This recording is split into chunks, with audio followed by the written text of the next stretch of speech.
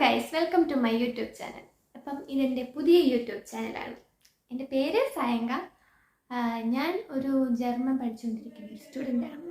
അപ്പം കുറേ നാളായിട്ട് എനിക്ക് യൂട്യൂബ് ചാനൽ തുടങ്ങണമെന്ന് ഭയങ്കര ഒരു ആഗ്രഹമുണ്ടായിരുന്നു. പക്ഷേ എന്ത് കണ്ടൻറ് ഇടുമെന്ന് എനിക്ക് യാതൊരു ഐഡിയ ഇല്ലായിരുന്നു. അപ്പം ഞാൻ വിചാരിച്ചു എന്തുകൊണ്ട് ജർമ്മൻ ഒരു കണ്ടൻറ് ആക്കിക്കൂടാണ്. അപ്പോൾ പിന്നെ ഞാൻ കരുതി എന്നാൽ അങ്ങ് തുടങ്ങാം. അപ്പോൾ എൻ്റെ ഇന്നത്തെ വീഡിയോ ജർമ്മൻ പഠിക്കുന്നവർക്കും ജർമ്മൻ പഠിക്കാൻ ആഗ്രഹമുള്ളവർക്കും വേണ്ടിയാണ്. അപ്പം വീഡിയോയിലേക്ക് പോകാം.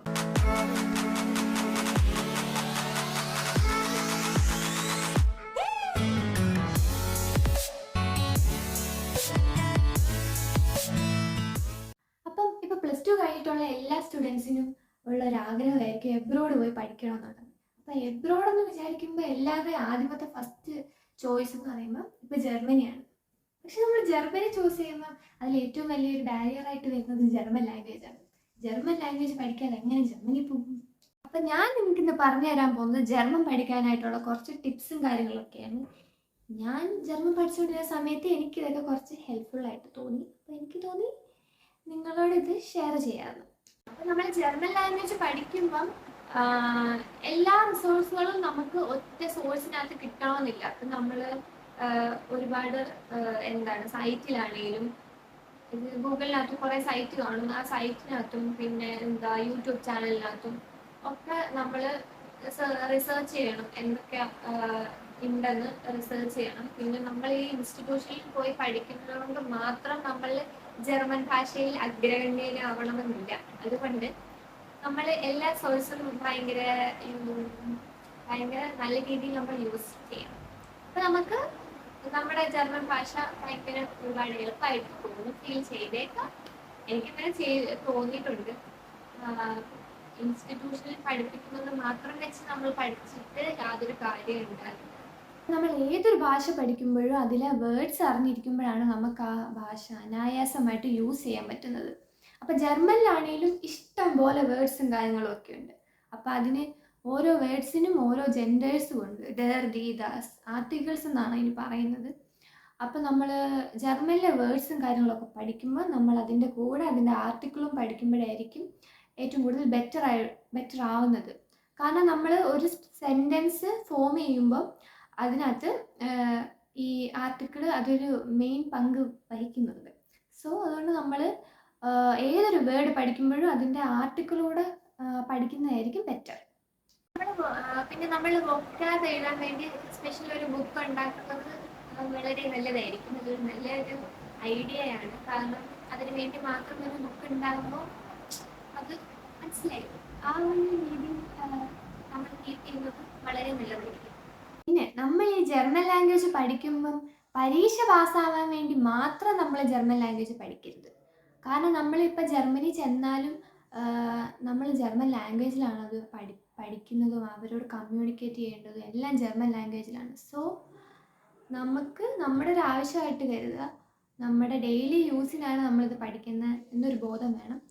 നമ്മൾ പരീക്ഷ പാസ്സാവാൻ വേണ്ടി മാത്രമല്ല നമ്മളിത് പഠിക്കുന്നത്. ഓക്കെ, ജർമ്മൻ എക്സാമിന് 4 പാർട്ടാണുള്ളത്. അതായത് ഷ്രൈബൻ, ലേസൻ, ഹ്യോറൻ, സ്പ്രഷൻ. അപ്പം 4 ഭാഗങ്ങളും നമുക്ക് നാലിനും 4 രീതിയിലുള്ള എഫേർട്ട് ഇട്ടാലേ നമുക്കത് ജയിക്കാൻ പറ്റത്തുള്ളൂ. അപ്പോൾ സ്പ്രഷൻ ചെയ്യാനാണെങ്കിൽ, അതായത് സ്പീക്കിംഗ് ചെയ്യുമ്പം നമുക്ക് ഏറ്റവും കൂടുതൽ നല്ലത് ഒന്നെങ്കിൽ ഇപ്പം മിക്ക ആൾക്കാർക്കും ഒരാളോട് സംസാരിക്കാൻ ബുദ്ധിമുട്ടായിരിക്കും. അപ്പോൾ നമ്മൾ എന്താ ചെയ്യേണ്ടതെന്ന് വെച്ചാൽ ഒന്നെങ്കിൽ കണ്ണാടിയുടെ മുന്നിൽ നിന്നോ അങ്ങനെയൊക്കെ സ്വന്തമായിട്ട് പറഞ്ഞു നോക്കണം. അതിനൊന്നും ഒരു മടിയും വിചാരിക്കരുത്. കണ്ടിന്യൂസ് ഇങ്ങനെ സ്പീക്ക് ചെയ്താൽ മാത്രമേ നമുക്ക് അറപ്പ് കൂടാതെ ഇത് ഇപ്പം എക്സാമിന് പോയാലാണെങ്കിലും ഇപ്പോൾ ജർമ്മനി ചെന്നാൽ തന്നെയും നമുക്കത് നല്ല രീതിയിൽ നമുക്ക് സംസാരിക്കാൻ പറ്റത്തുള്ളൂ. പിന്നെ നമ്മൾ സ്പ്രഷൻ ചെയ്യുന്ന ടൈമിൽ നമ്മൾ 1-2 ടോപ്പിക്കിൽ മാത്രം ഒതുങ്ങി അത് മാത്രം സ്പ്രഷൻ ചെയ്ത് പഠിക്കരുത്. നമ്മൾ ഇഷ്ടം പോലെ ടോപ്പിക്കുകൾ കണ്ടെത്തണം. ഇപ്പോൾ ഇംഗ്ലീഷിലാണെങ്കിലും തന്നെ അല്ലെങ്കിൽ മലയാളത്തിലാണെങ്കിലും തന്നെ നമ്മൾ എന്തെങ്കിലും ഒരു ടോപ്പിക് എടുത്തിട്ട് നമ്മൾ എങ്ങനെ അത് ജർമ്മനിൽ നമുക്ക് എങ്ങനെ അത് സംസാരിക്കാൻ പറ്റും നമുക്ക് സ്വയമായിട്ടൊന്ന് തോന്നണം. അങ്ങനെ നമ്മൾ സ്വന്തമായിട്ട് നമ്മുടേതായ രീതിയിലൊന്ന് സംസാരിച്ച് നോക്കണം. പിന്നെ നിങ്ങൾക്ക് വേണമെങ്കിൽ എനിക്ക് സ്പ്രഷന് ഹെൽപ്പ് ചെയ്ത ഒരു സൈറ്റ് ഉണ്ട്. അതിൻ്റെ പേര് പ്രോ വേഴ്സസ് കോൺട്ര അങ്ങനെ എന്തോ ആണ്. അപ്പോൾ ഞാൻ ആ സൈറ്റ് ഞാനിവിടെ ടാഗ് ചെയ്തേക്കാം. അപ്പം ആ ആ സൈറ്റിലാണെങ്കിൽ ഇഷ്ടം പോലെ പ്രോസും കോൺട്രാസ്റ്റും എല്ലാം കിടപ്പുണ്ട്. അപ്പം നമുക്കത് നമ്മുടെ എക്സ്പ്രഷന് ഒരുപാട് യൂസ്ഫുള്ളായിരിക്കും. അപ്പം ഹ്യോറ ചെയ്യാനാണെങ്കിൽ നമുക്ക് ഇഷ്ടം പോലെ സോഴ്സുകൾ അവൈലബിൾ ആണ്. ഇപ്പം യൂട്യൂബിലാണേലും ഇൻസ്റ്റഗ്രാമിലാണേലും ഇഷ്ടം പോലെ ജർമ്മൻ പേജസ് അവൈലബിൾ ആണ്. ഞാനാണെങ്കിൽ അങ്ങനെയൊക്കെ ആയിരുന്നു ഇതൊക്കെ ഫോളോ ചെയ്തത്. അപ്പം നമ്മുടെ ഡെയിലി ഫീഡ്സിൽ ജർമ്മൻ വീഡിയോസും കാര്യങ്ങളൊക്കെ ആയിരിക്കും വരുന്നത്. അപ്പം നമ്മൾ സ്ഥിരം ഇത് കേട്ട് കേട്ട് കേട്ട് കേട്ട് നമ്മളത് അതുമായിട്ടൊക്കെ യൂസ്ഡ് ആവും. അപ്പം അതിന് ഹെൽപ്പ് ചെയ്യുന്ന 2-3 ചാനൽസും യൂട്യൂബ് ചാനൽസും ഇൻസ്റ്റഗ്രാം പേജും ഒക്കെ ഞാനിവിടെ മെൻഷൻ ചെയ്തേക്കാം. ഐ തിങ്ക് നിങ്ങൾക്കത് യൂസ്ഫുൾ ആയിരിക്കും. നിങ്ങൾ അതൊക്കെ ഫോളോ ചെയ്തിരുന്നത് വളരെ നല്ലതായിരിക്കും. നമ്മൾ ക്ലോറൻ ചെയ്യാൻ വേണ്ടിയിട്ട് നമ്മൾ എപ്പോഴും എന്നല്ല, നമുക്ക് സമയം കിട്ടുമ്പോഴൊക്കെ ഡോയ്ച്ച് ജർമ്മൻ കേട്ടോണ്ടിരിക്കണം. അപ്പം അതിന് പറ്റിയ ഞാനായിരുന്നെങ്കിൽ അതിന് യൂസ് ചെയ്തിരുന്നത് ഡോയ്ച്ച് റേഡിയോ, അങ്ങനെ എന്തോ ഒരു സംഭവമായിരുന്നു, അങ്ങനെ എന്തോ ഒരു ആപ്പായിരുന്നു ഞാൻ യൂസ് ചെയ്തുകൊണ്ടിരുന്നത്. അപ്പം അതിനകത്ത് ഒരുപാട് പ്രോഡ്കാസ്റ്റും ഒക്കെ അവൈലബിൾ ആണ്. അന്നേരം ഞാനത് ഡെയിലി കേൾക്കുമായിരുന്നു. എനിക്കത് ഭയങ്കര ഹെൽപ്ഫുള്ളായിട്ട് തോന്നിയിട്ടുണ്ട്. അപ്പം ഞാനിവിടെ ടാഗ് ചെയ്തേക്കാം. കൂടാതെ നെറ്റ്ഫ്ലിക്സിലും ഒക്കെ ഒരുപാട് സിനിമാസും സീരീസും ഒക്കെ കിട്ടുന്നതാണ്. അതൊക്കെ നമ്മൾ ജർമ്മൻ സബ് ടൈറ്റിൽസ് ഒക്കെ ഇട്ട് കാണുമ്പം നമ്മുടെ ലാംഗ്വേജ് ഒന്നുകൂടെ മെച്ചപ്പെടും. സ്ട്രൈബൻ ചെയ്യുന്ന സമയത്ത് നമ്മൾ കണക്റ്റേഴ്സ് ഒക്കെ യൂസ് ചെയ്യുമ്പം അതെങ്ങനെയാണ് യൂസ് ചെയ്യുന്നത് ഒക്കെ കൃത്യമായിട്ട് പഠിച്ചിരിക്കുക. ഏതൊരു കണക്ടർ പഠിക്കുമ്പോഴും അതിൻ്റെ വെർബ് പൊസിഷനും ഒക്കെ കറക്റ്റായിട്ട് മനസ്സിലാക്കിയിട്ട് മാത്രം അത് യൂസ് ചെയ്യാൻ തുടങ്ങും. നമ്മൾ ഏറ്റവും കൂടുതൽ കംഫർട്ടായിട്ടിരിക്കുന്ന ഒരു എന്താ പറയുക, ഒരു കണക്ടർ മാത്രമേ, അങ്ങനെയുള്ളത് മാത്രമേ നമ്മൾ നമ്മുടെ സ്ട്രൈബിനകത്ത് യൂസ് ചെയ്യാൻ പാടുള്ളൂ. അതായിരിക്കും നമുക്ക് ബെറ്റർ, നമുക്ക് അതായിരിക്കും നല്ലത്.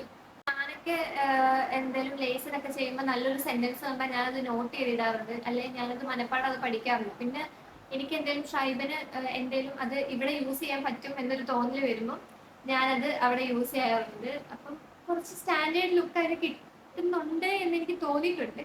അതുകൊണ്ട് ഞാൻ അങ്ങനെയൊക്കെ ചെയ്തിട്ടുണ്ട്. ഞാൻ സ്റ്റാർട്ടിങ് ടൈമിൽ ഡുവോലിംഗോ എന്ന് പറയുന്ന ഒരു ആപ്പ് യൂസ് ചെയ്തിരുന്നു.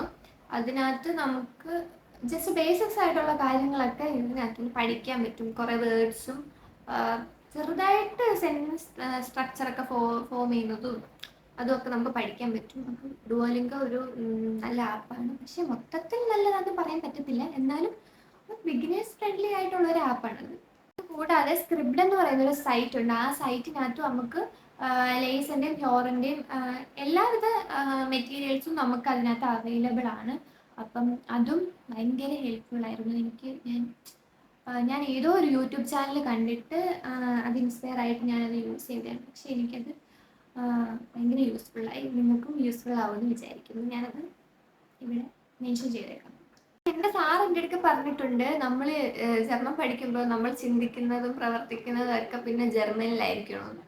അപ്പം അന്നേരം എനിക്കത് മനസ്സിലായില്ല. പിന്നീട് ഇൻറ്റൻസ് ആയിട്ട് ജർമ്മൻ പഠിക്കാൻ തുടങ്ങിയപ്പം ഞാൻ പിന്നെ ചിന്തിക്കാൻ തുടങ്ങി. ഞാനിപ്പം എന്തെങ്കിലും ഒരു കാര്യം ചെയ്യുമ്പം എങ്ങനെ ഇത് ജർമ്മനിൽ പറയാം എന്നുള്ള രീതിയിൽ ഞാൻ മനസ്സിലിങ്ങനെ സെൻറ്റൻസുകൾ ഉണ്ടാക്കുമായിരുന്നു. അപ്പം എനിക്ക് കുറച്ചുകൂടെ അത് എന്താ പറയുക, ഒരു ഗുഡ് ഫീലിംഗ് എനിക്ക് തോന്നിയിട്ടുണ്ട്.